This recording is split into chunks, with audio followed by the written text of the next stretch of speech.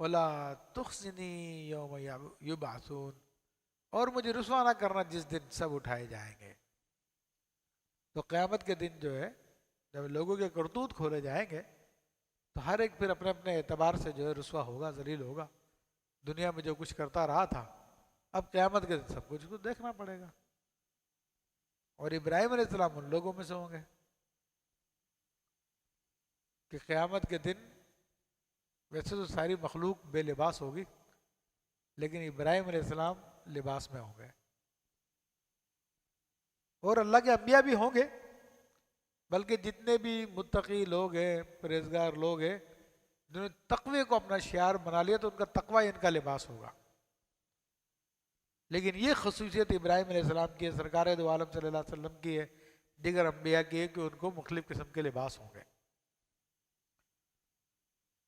یوم لا ینفع مال ولا بنون، ابھی دیکھیں قیامت کے دن کا خوف ان کو ہے، تو یہ اصل میں ہمارے لیے تعلیم بھی ہے۔ ہمیں بتایا جا رہا ہے کہ قیامت کا دن بڑا عظیم الشان دن ہوگا، بہت خوفناک دن ہوگا، اس لیے اس کی تیاری رکھنی چاہیے، کہیں ایسا نہ ہو کہ میدان محشر میں رسوا کر دیا جائے۔ اور ابراہیم علیہ السلام کا یہ چچا آزر، تو ابراہیم علیہ السلام قیامت کے دن جب اللہ سے سفارش کریں گے تو اللہ تعالیٰ فرمائے گا کہ اس نے ایمان قبول نہیں کیا، اس نے اسلام قبول نہیں کیا۔ تو پھر آپ بولیں گے دیکھو نیچے آزر ساتھ ہی تھا، وہاں یہ آزر ساتھ ہوگا۔ تو جب ابراہیم علیہ السلام نے قدموں کی طرف دیکھیں گے تو آزر کو بجو بنا دیا جائے گا جو کیچڑ میں لتھڑا ہوا ہوگا، اور اس کو جہنم میں ڈالا جائے گا۔ یوم لا ینفع مال ولا بنون، اور جس دن نہ کوئی مال کام آئے گا، نفع دے گا، اور نہ کوئی اولاد نفع دے گی۔ یہ وہ دن وہ ہوگا کہ جس دن کوئی کسی کا کام نہیں آئے گا۔ حدیث شریف میں آتا کہ ایک شخص ہوگا، مومن ہوگا، اس کا حساب کتاب ہوگا، دوسرے بندے کا اس کے اوپر کچھ آتا ہوگا تو اس کا سارا حساب دے دے گا، لیکن ایک نیکی کی اس کو ضرورت پڑے گی کہ ایک نیکی مل جائے تو سامنے والے خصم کو راضی کر لے۔ جو لوگوں کو تکلیفیں دی ہوں گی، حقوق مارے ہوں گے، ان کو بھی تو راضی کرنا ہی ہے نا۔ آج دنیا میں تو لوگوں نے یہ سمجھا ہوا کہ طاقت آ گئی تو سب کچھ کر لو، کون پوچھنے والا ہے؟ ٹھیک ہے ابھی پوچھنے والے نہیں ہیں، لیکن قیامت کے دن سب کچھ پوچھا جائے گا۔ اب تم لوگوں پہ گولیاں بھی مار دیتے ہو، لوگوں کو املاک بھی ضائع کر دیتے ہو، چوریاں بھی کر لیتے ہو، دھونس بھی دیتے ہو، دھمکی بھی دے دیتے ہو، آنکھوں سے ڈرا بھی دیتے ہو، ہے ٹیلی فون کال بھی کر لیتے ہو، سمجھتے ہو کس کو پتہ چلے گا؟ ارے بیوقوف، تو مسلمان ہی نہیں ہے، ایمان ہی نہیں ہے تیرا، ورنہ قیامت پہ تو یقین رکھتا ہے، تجھے پتہ کہ وہاں پہ ساری چیزوں کا حساب دینا ہے۔ تو اب وہاں پر قیامت کے دن ایسے ایک بندہ پھنسے گا مسلمان، اور اس کا حق ہوگا جو اس نے دنیا میں ادا نہیں کیا ہوگا، اب اس کو ایک نیکی کی ضرورت پیش آئے گی، تو اب یہ جائے گا اپنے باپ کے پاس، وہ کہے گا انا فقیر، میں خود فقیر ہوں، میں خود محتاج ہوں، مجھے خود نیکی کی ضرورت ہے۔ ماں کے پاس جائے گا، ماں بھی یہی جواب دے گی، اپنے بیٹوں کے پاس جائے گا، وہ بھی یہی جواب دیں گے، سارے رشتے دار بھگا دیں گے۔ پھر وہ اللہ کے پاس آئے گا، میرے مالک کچھ بھی نہیں ملا۔ اللہ فرمایا تیرا کوئی دوست ہے؟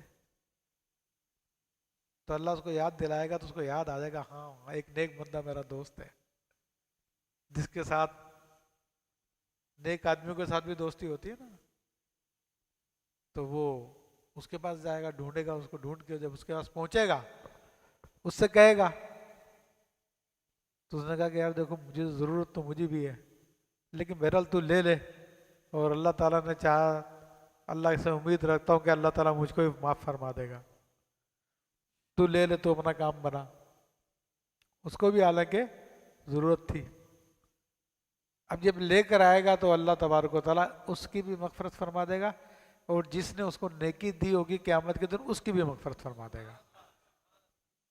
لیکن عزیزان محترم وہ دن وہ ہے جب نہ دنیا کا مال و دولت جس کو ہم بہت جمع کر کر کے رکھتے ہیں، جس کے لیے بڑی کوشش کرتے رہے، اتنی کوشش کرتے ہیں کہ نمازوں کا ٹائم نہیں مل پاتا، اتنی اس کی محبت کرتے ہیں کہ زکوٰۃ ہی نکل پاتی، اتنی محبت کرتے ہیں، ضرورت مند آتا ہے اس کی ضرورت ہی پوری نہیں کرتے، اپنی بس مال کو بنانے میں لگے ہوئے، یہ خرید لو، وہ خرید لو، فلاں خرید لو، مال کم نہ ہو جائے، بس اسی فکر میں رہتے ہیں، لیکن یہ پھر کوئی کام نہیں آئے گا.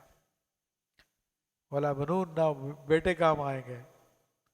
کیا چیز کام آئے گی؟ الا من اتى اللہ بقلب سلیم، سوائے اس کے کہ جو اللہ کے یہاں پر قلب سلیم کے ساتھ آیا، سلامتی والے دل کے ساتھ آیا.